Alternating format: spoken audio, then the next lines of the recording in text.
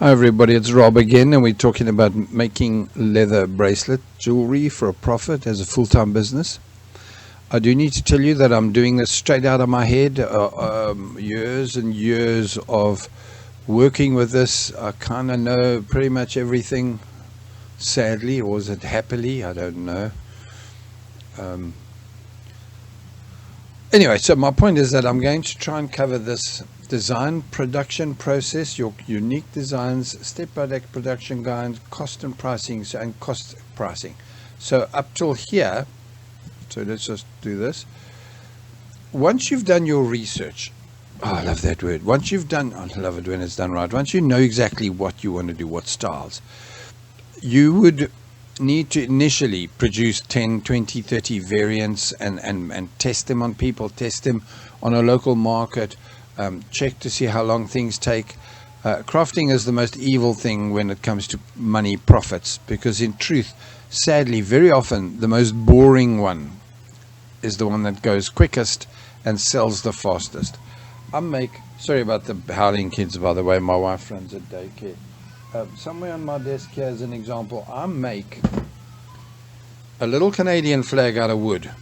I buy the little leaf cut out, laser cut by somebody, and then I literally just make the flags. Now when I first arrived here, I didn't have tools, so I was using hand tools, well, a few tools, and it took me hours, days and days to make 50 of them, and I sold them, a lot of them, for $5, and eventually they got less and less, and then I started to just throw it in as a gift for anybody who looked at it, and I could see they were liking it, but they wanted to buy something else.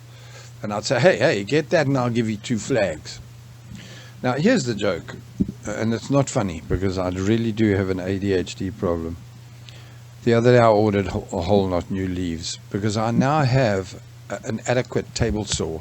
I have quite a few new machines that I could produce 100 of these flags in a day very easily now, because of the sanding and the things and all of it. None of this guessing, literally just through the machine and the woodworking side. And yeah, so would I eventually have, if I had 300 little wooden, 3D wooden, they're really cool, so let's not make them sound boring, Canadian flags on my market, would I sell millions of them? At the right price. You see, now we came back down to, so in other words, I've designed and produced it. So now, sorry, I'm away from bracelets talking about flags, but and I'm using offcuts a lot of the time. So yeah, can you see? You need to know that your production and your costing, so calculating costs. So firstly, A, it must be a thing in demand. B, you must be able to produce it in a high quality that people will pay for, not some kind of a looks like, oh, I could have done that while I was drunk. And then you must produce it, so be able to produce it in a production line basis. Give you another example. Let me give you something I was doing the other day. Tie-dyeing shirts. Now, I'm not doing that to sell. Again, OCD, PTSD. What's the word? I got that anyway. Too many things going on. Projects, right? Crafters, you know what we like. So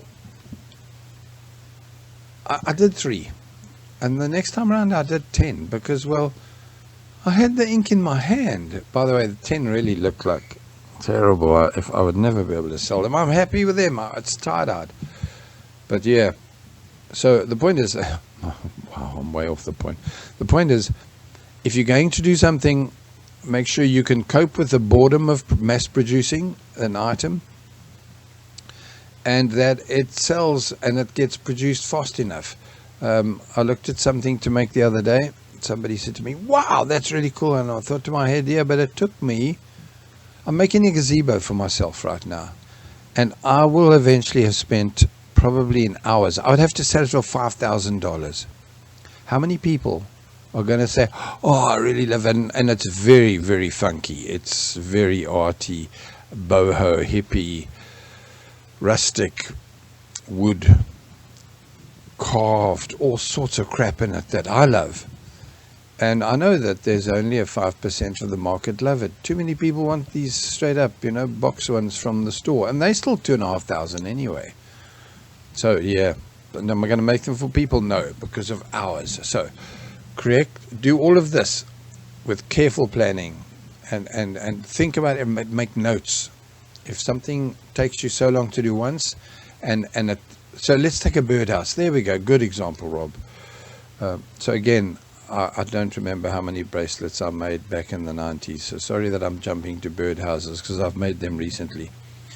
If you get a cheap design birdhouse, and you literally cut and cut and cut all the backs and then all the floors in a row, and then you sand all 200 of those pieces in a shot, you could put the production of 40 or 60 or 100 birdhouses into a 3-day process that makes it worthwhile selling them for only $30, because it's $5 of wood and all your time.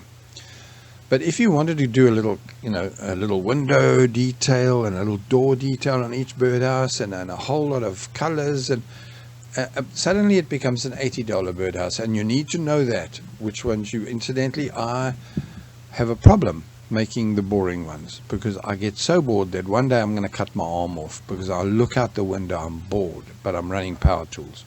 So yeah. Right. Costing is hugely important.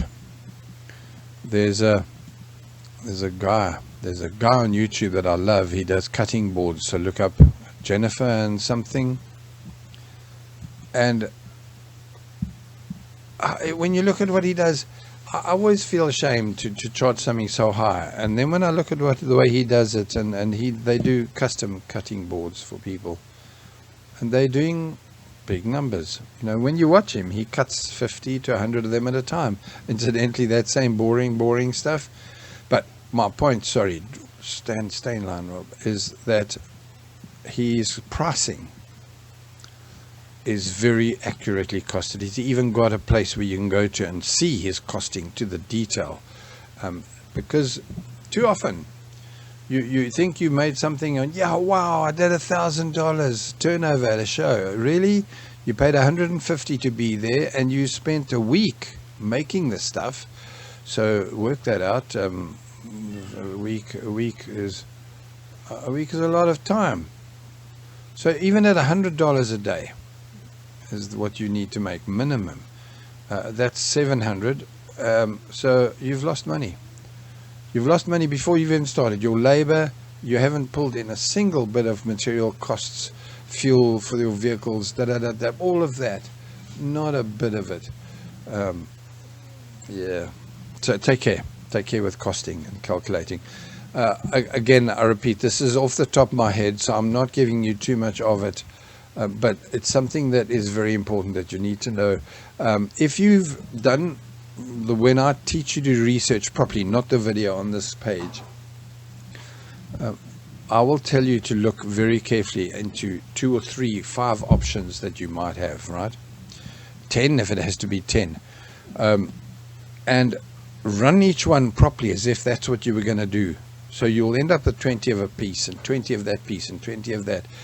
And then break it back down into costs, so that you can actually realize, wow, I thought this one was going to be quick, but no, these shoe racks are expensive, these earrings, these name and a grain of rice, not so. That was a bad one of mine, by the way. I used to do a name and a grain of rice, where you pitch up at a market and there's a funny looking wise ass guy, that's me, sitting behind a table with a whole pile of rice and some sticky putty and a pen, and I tell you, hey, come look here. And I write your name. And so what happened was, then I'd get orders, 20 or 30 of them, people at the market waiting for me while I'm busy sanding a grain of rice and then filing it and then licky sticking it and gluing it and putting it in oil one by one by one. Oh, the stress and the amount of, I could finally look up at 4 o'clock and pee at 5 o'clock. It was silly. Incidentally, my way to overcome that was that I started to make popular ones, like I'm going to tell you how old this was. Britney Spears. I'm not shitting you. Michael Schumacher. What would Jesus do? I even had swear words. Fuck. In the name on a grain. Oh, well, no name. Fuck on a grain of rice for around your neck. Or fuck off. Or I had so many things. Simple sayings. Because you can actually fit quite a few words on there. And it was pretty cool. Take a breath, take big steps. Oh, and that way I had lots of stock because I could make that at home. And very often people wouldn't want to wait for their name, but they'd pick one up and it says Michael Schumacher, and it's like, whoa, cool, you know. And off he goes, very happy with his Schumi. Okay, now I've used up 10 more minutes of your life on something that you do have to do properly. Know that I told you, please. Okay, next video. Thanks.